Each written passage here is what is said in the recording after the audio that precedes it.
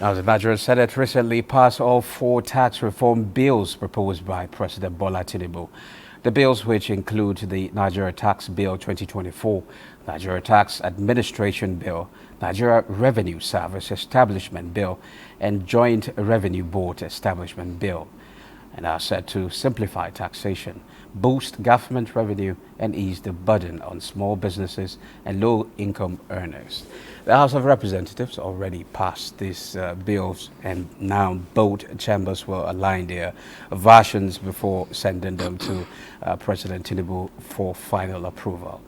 Now, today on the program, we will examine what these changes mean for everyday Nigerians, from market traders to corporate leaders, and also explore the next steps in this bold reform journey. Now, joining us in the studio for the conversation is a tax administrator, Professor Willaims Ezekiel. You're welcome to Business Express. Thank you very much. I think, Professor, the last time we actually discussed on this particular tax reform, you were somewhere around. You were not present in the studio, but I'm excited about this tax reforms. I don't know whether you're excited, Prof. Yeah, really, I'm excited. Okay. But I think I have to clear an issue here because okay, before you clear that issue, are watching. Before you clear this issue, let me ask you this. Well, the four tax reform bills have, have been in the National Assembly, and they've passed reading, the third reading in the National Assembly. I want you to tell us what you make of this development, and what does it entail for Nigeria's fiscal future? Yeah, really, I just have to say what I want to say because in tax issues in Nigeria, we have two main functional groups, so to say, that aggregate on tax matters. We have the tax practitioners, and we also have the tax administrators.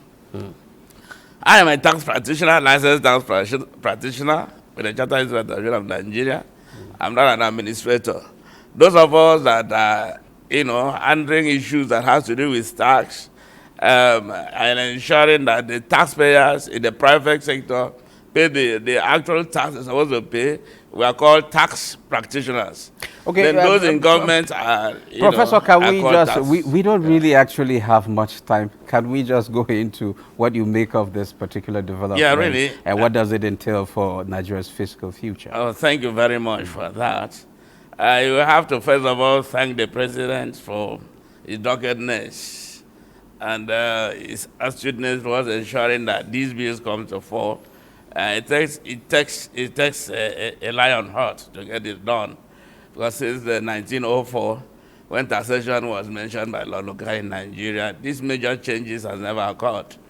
But I want to say here is that a tax is considered not in retrospective, but it's considered, particularly taxation of income, being considered as at when the effect took place on a preceding year basis.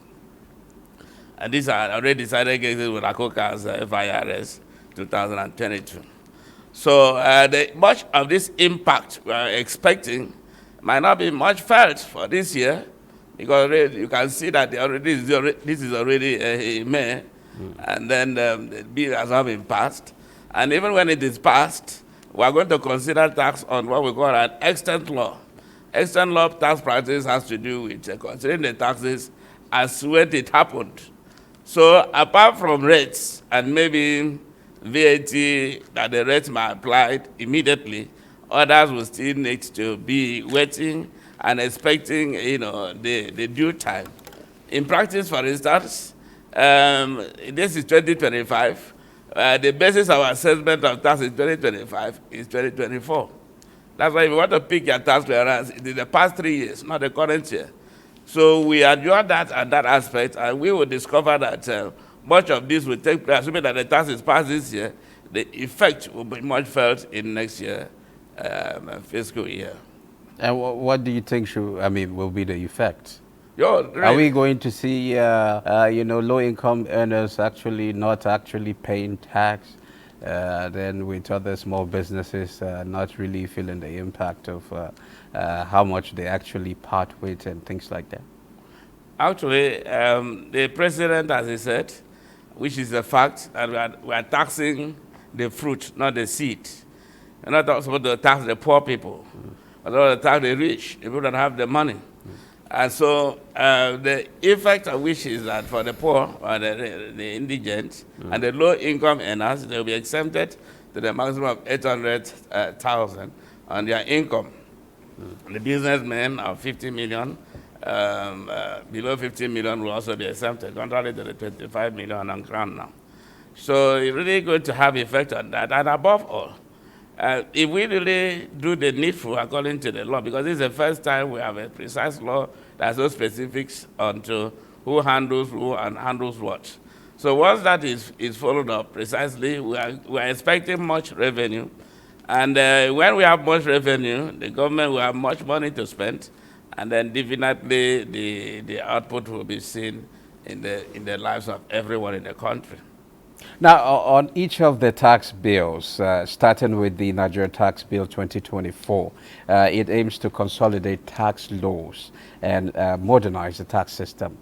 Now, my question is, what are the potential benefits and challenges of such consolidation for taxpayers, businesses, and government institutions?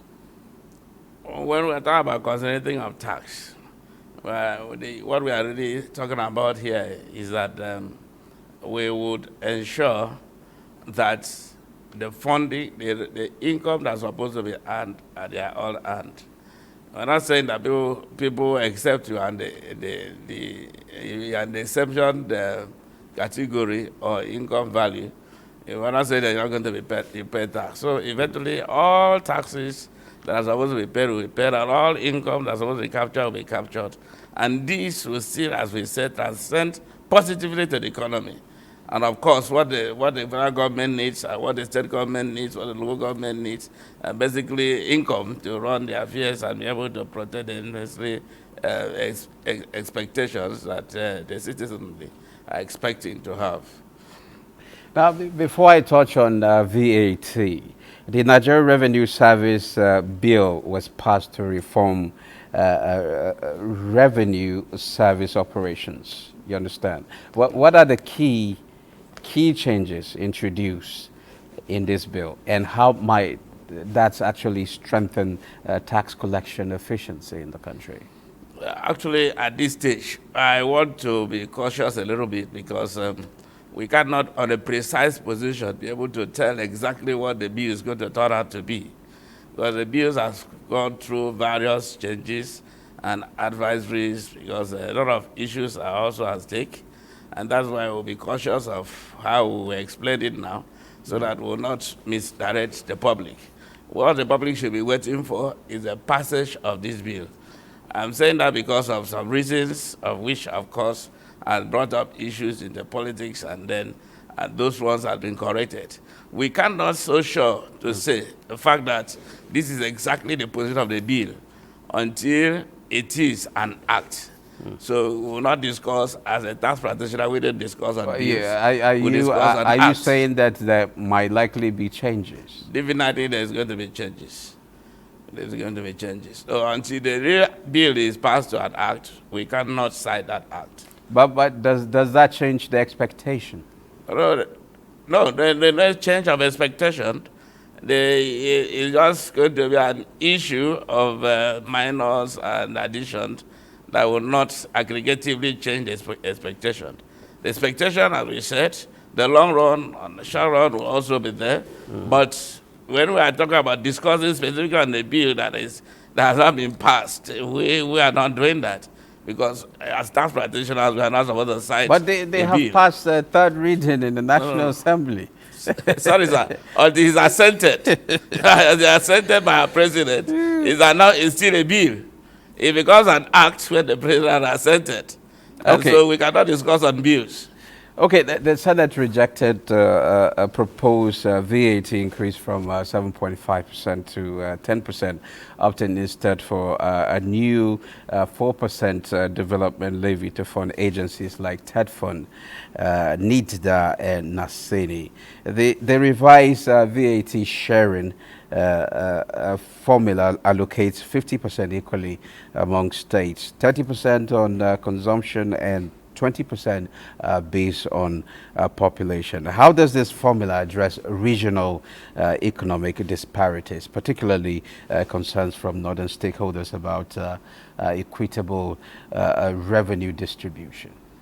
Actually and factually, these bills would solve a lot of problems. But the bottom line is that there's no state that will be lost out. It would make states to make economic integration, but none of them, if you compare what they would have from what they're having today, you'll find out that there will be an increase if the bill is what will be passed. They're definitely going to be increased. So they will not have anything to lose at all. Instead, because the bottom line is what you have at the end of the day. And if what you have comparatively is better off than what you had before, I think, or what everybody wants, but what the state government, local government, and federal government, is income to improve the infrastructure and social development for the people. Now, Prof, there's a lot of questions I would love to ask you on this tax reform bills, but I'm afraid we have exhausted time given to us. I guess maybe that discussion will be for another day. Thank you very much, Professor Willaims Ezekiel. It's been a pleasure having you. Thank you very much, sir. When the bill is passed and act, I want to come back again and then we're going to discuss. Okay, by then you won't be cautiously optimistic. Yeah, You'll be optimistic, anymore. Right? Thank okay, you. Beautiful.